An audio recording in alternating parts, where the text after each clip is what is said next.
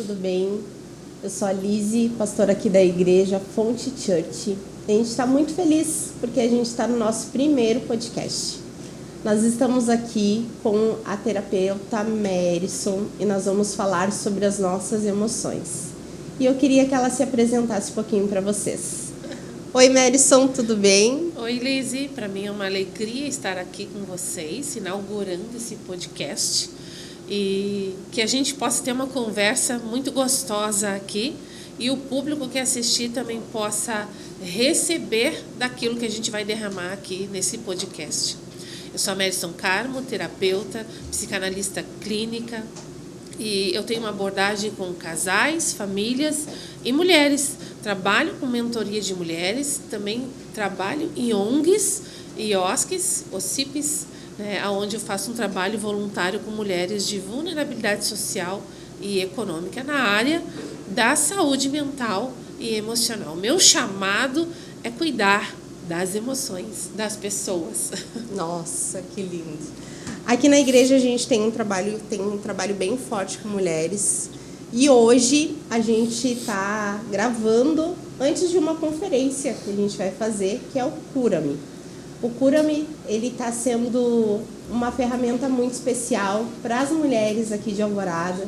A gente vai receber mulheres de outras cidades também, Porto Alegre, Gravataí, Cachoeirinha. E nós estamos muito felizes com o que Deus vai fazer. A Merison vai estar ministrando uma palavra depois que ela sair aqui do podcast. A gente vai usar muito ela. Ela não vai ficar parada aqui. Ela vai gravar aqui com a gente. Depois ela vai sair daqui e vai lá para a igreja que já está começando a ficar cheia. E ela vai ministrar os nossos corações também. Então, se você está assistindo esse podcast aqui, depois corre lá no nosso Instagram, no nosso YouTube e assista também todos os nossos cortes, os nossos louvores, a nossa palavra, que vai estar sendo disponibilizada lá, do que a gente vai estar fazendo nesse dia tão especial. Então, Merison, eu queria te fazer algumas perguntas sobre o que a gente vai falar. Esse tema tão importante, tão especial, que são as emoções. A gente aqui na igreja faz encontro com Deus, face a face, imersão, enfim, cada um dá um nome, mas é tudo a mesma coisa. E a gente vê as mulheres tão feridas, tão tristes, né? Na sua maioria de emoções e de traumas que elas têm vivido uma vida inteira, que começaram lá na sua infância. E a gente vê que o inimigo, ele não é nem um pouco criativo, né? Ele vem com as mesmas histórias e só muda os atores, né? É verdade. E eu tenho algumas perguntas já ministrei aí para mais de 1.000 mulheres, né, nessas imersões, e a gente vê, né, cada história, né, cada dor, cada frustração, e ele pega bem forte nessa questão da emoção. Então eu tenho uma pergunta aqui para te fazer. Tá bom, vamos lá. Vamos usar as tuas experiências de terapeuta para te nos ajudar. Terapeuta, mãe de 2 filhos, casada há 32 anos, né? Vinda de uma família disfuncional. E hoje, quando a gente fala em família disfuncional, é uma palavra mais conhecida para as pessoas. Já se entende que você vem de uma história difícil, de uma história triste. Então, além de conhecer de forma clínica as emoções, também de forma espiritual, como cristã, mas a própria experiência da minha vida ao longo dos meus 47 anos, lidando com as próprias emoções. E de qual igreja tu é, Merison? Eu sou da Igreja Brasa, em Porto Alegre, a primeira igreja batista aqui em Porto Alegre. Ela tem 110 anos. O meu pastor é o pastor Elon Mendonça e o pastor Hudson Taylor, que é o presidente da igreja.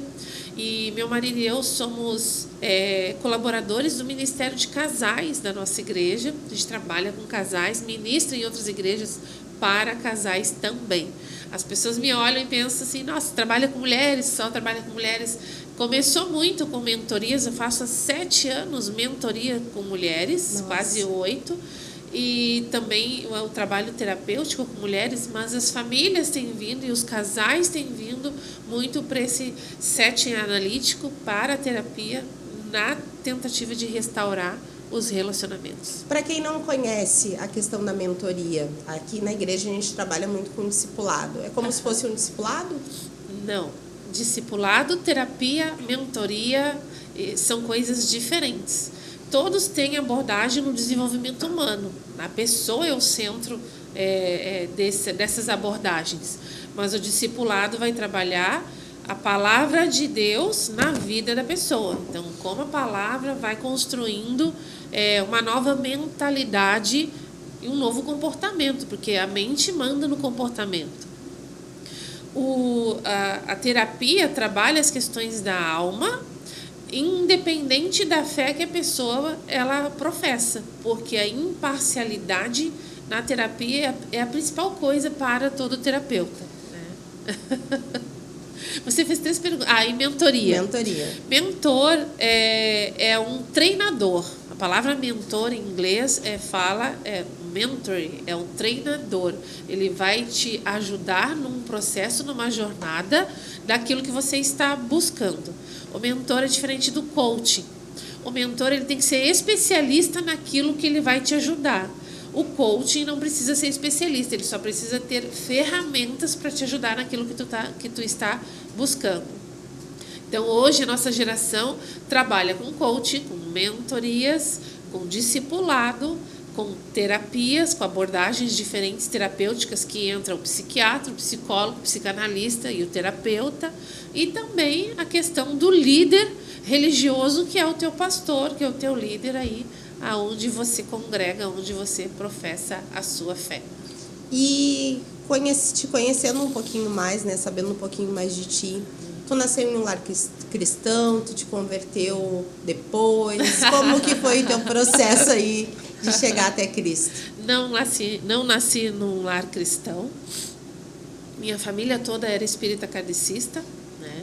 Não tinha amigos, parentes, vizinhos, ninguém que me falasse dessa fé do Jesus, de Deus, na paternidade de Deus, como a igreja cristã evangélica no Brasil e no mundo. Meu marido se converteu primeiro. O marido? O marido, porque a avó dele, a bisavó dele era da igreja, era da Assembleia. E a avó dele, que ajudou na criação dos filhos, nunca colocou o pé na igreja, mas sabia toda a Bíblia. Olha. Porque ela teve 14 filhos, então não teria como ela estar na igreja. Pouco filho. Contudo, a semente do evangelho habitava no coração da avó. E a avó educava a família com esses princípios e valores. E o meu marido estudou numa escola católica, ele tinha a ideia, inclusive, de ser seminarista, mas me conheceu, a gente casou, e a minha família é toda espírita, e eu respeito todas as religiões, e existem muitas pessoas de bom caráter e íntegros em qualquer ambiente religioso. Nós moramos num país laico, sim, então nós não podemos falar mal de nenhum tipo de religião, mas falar bem da nossa. Óbvio. E a nossa religião, a nossa fé em Jesus, e nós como evangélicos, me trouxe uma visão libertadora da fé. Conhecereis a verdade e a verdade vos libertará. Então, é uma liberdade que eu encontrei que em outros caminhos eu não encontrava. Então, eu amo andar com Jesus. Meu marido se converteu. Depois de alguns meses eu me converti. E então a gente começou há 14 anos essa caminhada na fé. E Deus tem acrescentado a cada dia mais luz na nossa vida, até que um dia o amanhecer seja perfeito. Glória a Deus. E há quanto tempo tu é formada em terapia? Há quanto tempo tu já trabalha com isso? Assim? Olha só, é uma pergunta bem complexa, porque se eu fizer uma retrospectiva da minha história, com 17 anos eu me formei no magistério. E ali dando aula, eu já comecei a me envolver no desenvolvimento humano com alunos e, por sua vez, com as famílias. Depois eu fui para a área da neuropsicopedagogia e trabalhei clinicamente com disfunções e transtornos de comportamento e aprendizagem. Aí eu fui para a área da mentoria, né? Eu tenho, na verdade, 19 titulações entre graduações. 19 titulações. Tá bom. Eu não vou te perguntar, senão a gente não vai conseguir acabar o podcast hoje. São 2 graduações, 15 pós-graduações, 3 cursos de especialização e 2 MBAs. E eu não paro de estudar e quero continuar estudando, todos com o mesmo princípio, com a mesma objetivo, cuidar das pessoas. Glória a Deus. E eu quero saber cada vez mais para que eu possa entender cada vez mais a mente humana e as emoções humanas. Então, a minha pergunta vem bem de encontro ao que tu está falando, tá? Nas tuas experiências ao longo desses anos como terapeuta, qual tem sido a maior dor emocional das mulheres que elas têm enfrentado e como curar essas dores? Essas dores, né? É verdade.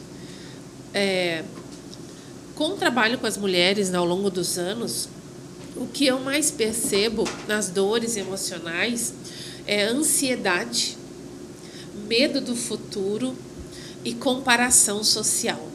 Nossa! Então, as mulheres sofrem muito com isso. E nós vivemos uma geração onde nós temos que performar. Se eu não tiver sucesso, seguidores no Instagram, se eu não tiver cargos altos, é como se eu fosse um fracasso enquanto mulher.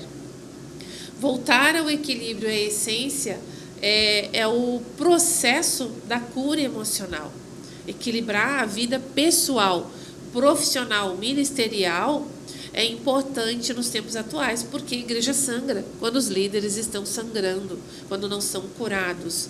E se a igreja não tem líderes fortes curados, como nós vamos cuidar das outras pessoas e ajudá-las a buscar essa cura?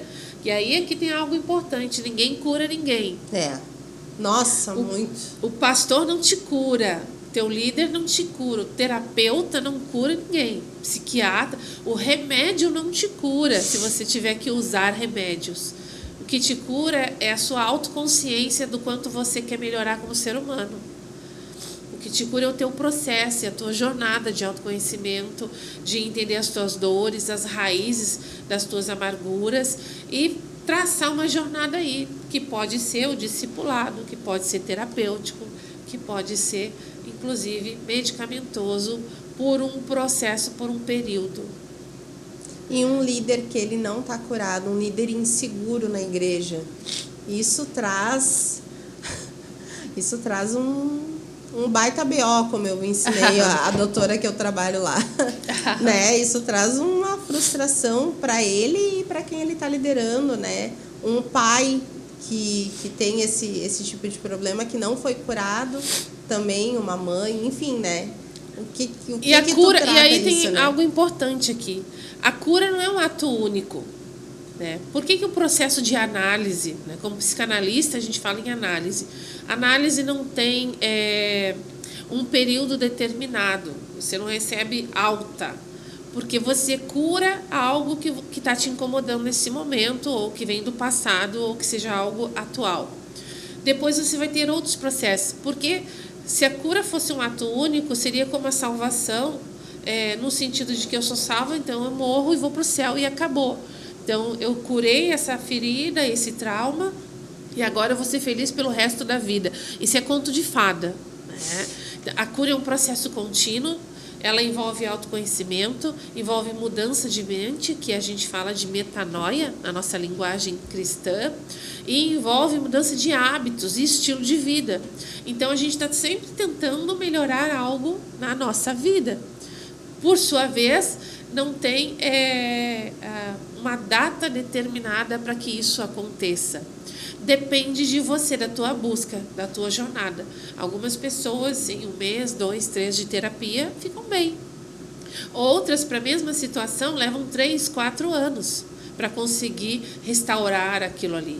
Depende da profundidade da dor, depende da busca e do entendimento. É que nem o semeador que saiu a semear, o coração é o solo. E quando a gente está buscando a cura, algumas pessoas elas têm o solo rochoso, coração de pedra.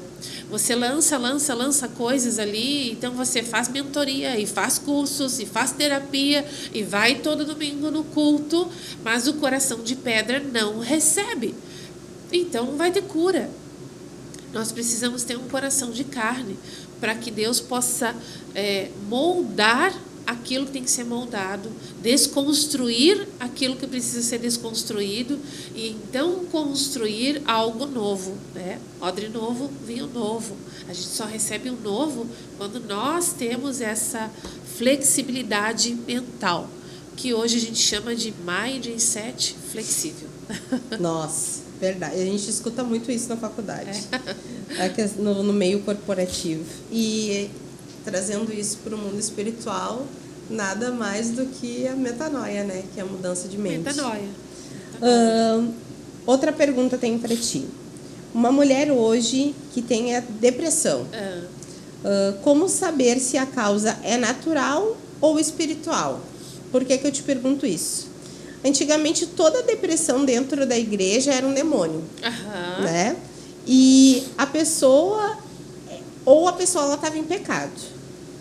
E a gente sabe que, sim, pode ser, né, uma questão demoníaca, espiritual, mas a gente também sabe que alguns casos não são. E como a gente identifica isso? Eu nasci num lar cristão e antigamente, quando se falava de doença da mente, era demônio. Ou a pessoa pecou de uma forma agressiva, ou os pais, de que não era nada relacionado ao corpo. Mas se a pessoa se machucava e quebrava o pé, ela ia no ortopedista e estava tudo certo. Isso aí.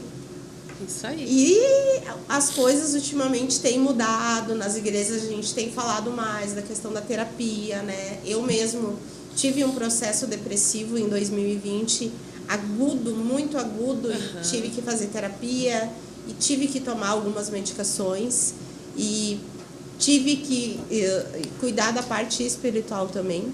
Então foi ali uma base que eu tive que ter de todos os lados, né? Mas eu não abri mão de cuidar disso, né? Da parte orgânica. Isso aí. E foi fundamental para eu conseguir vencer. Além, né, o meu pastor, o meu esposo, a parte espiritual, a igreja. Mas muitas pessoas hoje não... Nós, como crentes, eu vejo uma resistência muito grande da igreja. Hoje não tanto, mas... A gente pega ali uns 4 anos atrás, era muito pior, 5 anos atrás. É verdade. E a gente vê pastores aí, às vezes, em crise de depressão. Ansiedade. Porque pastor não pode ter, né? Crente não pode ter esse tipo de doença. Mas pode ter câncer. Câncer tá tudo bem ter, mas esse tipo de doença não. Mental não, né? Então, a gente precisa sempre lembrar que nós somos corpo, alma e espírito. E não são 3 caixinhas separadas. Não tem uma caixinha do corpo, uma caixinha da alma e uma caixinha do espírito. Tá tudo interligado.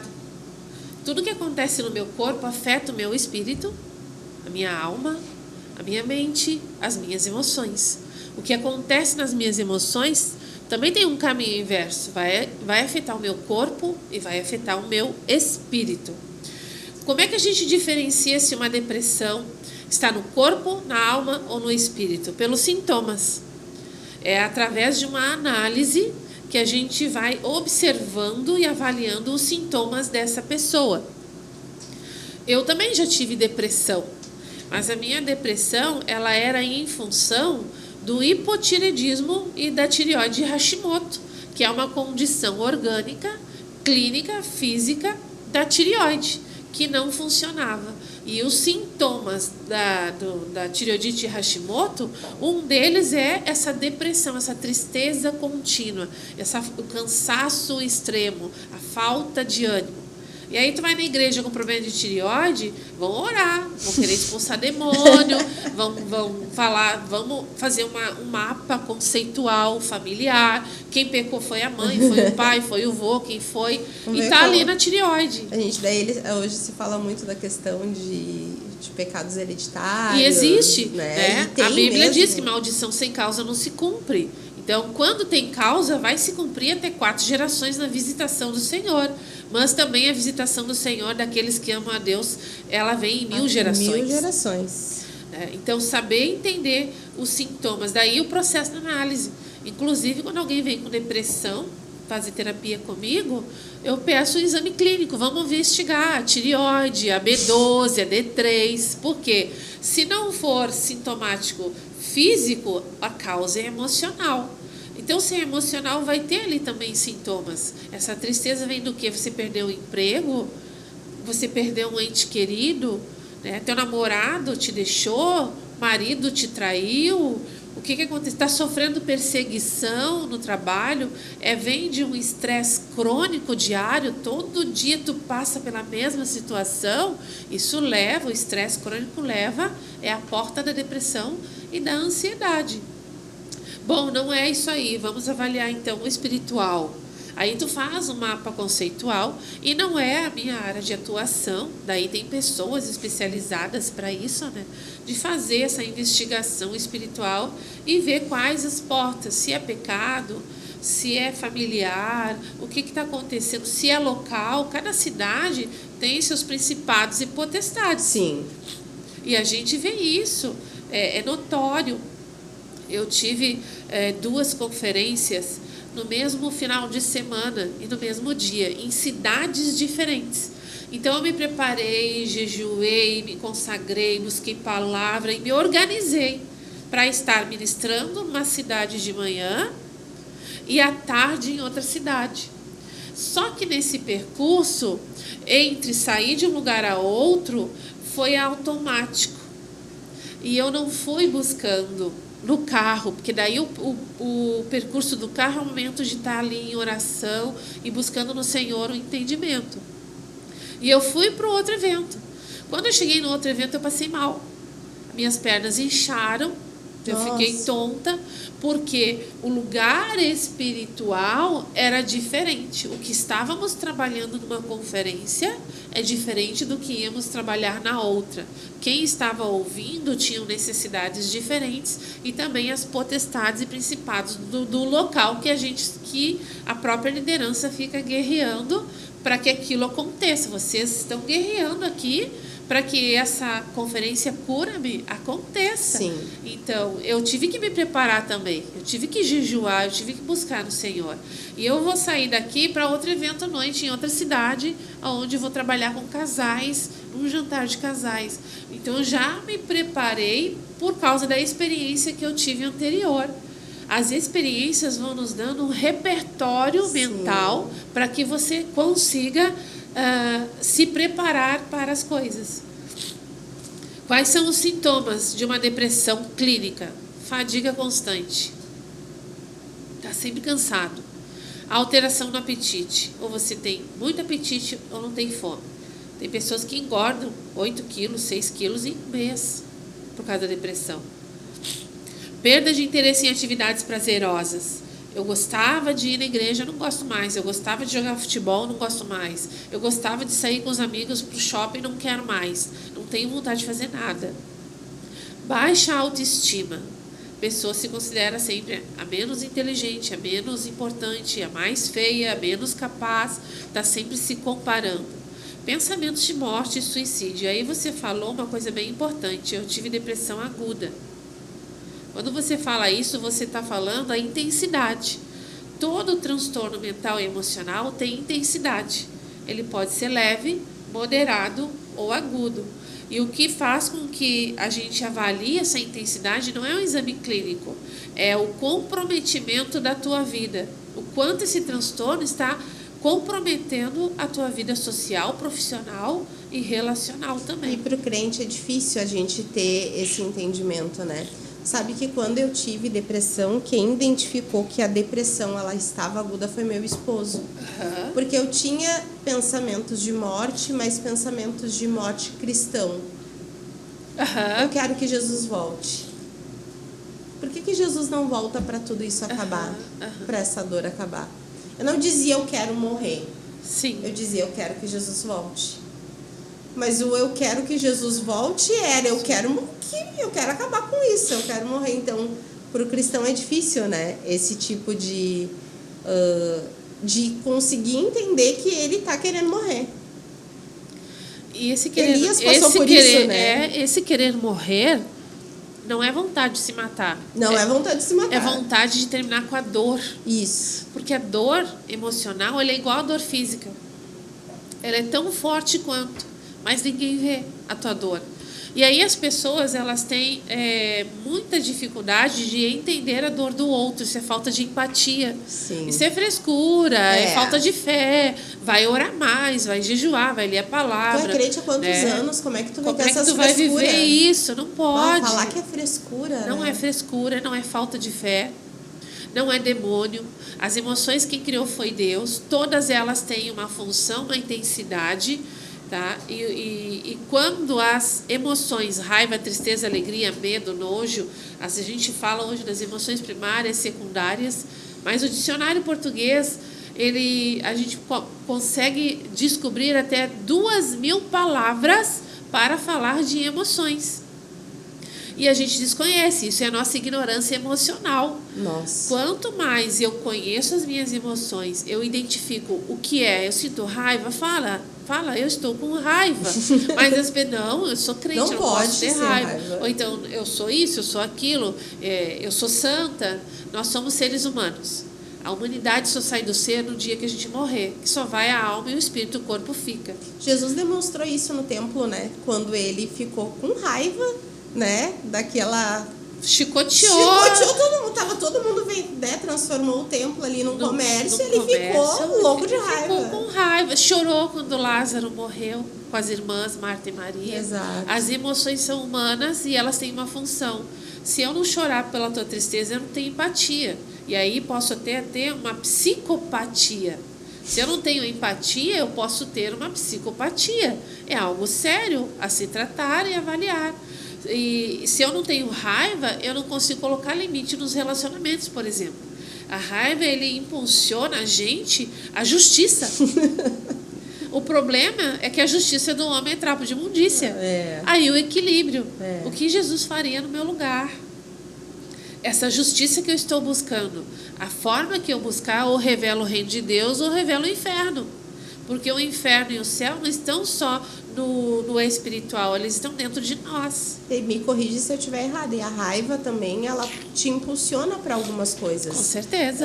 Eu, por exemplo, no meu emprego, eu estou há 6 anos, e chegou um determinado momento que, no setor que eu estava, todas as vezes eu tinha que ensinar alguém e essa pessoa passava a exercer um cargo maior que o meu, né? Vinha já com um cargo maior que o meu.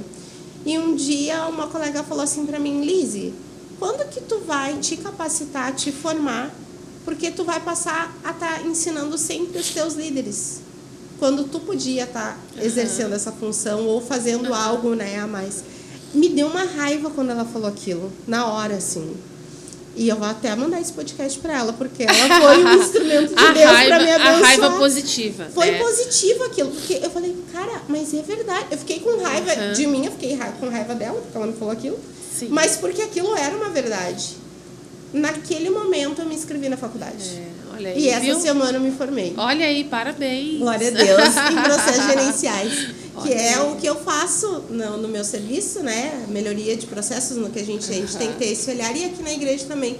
Então a raiva, se ela for dosada na maneira certa, ela te impulsiona também para alguma coisa. Quando ela é funcional, sempre tenho isso assim. Ou é funcional ou é disfuncional. A tristeza é funcional porque faz a gente voltar para dentro e avaliar a vida. A melancolia, o tédio.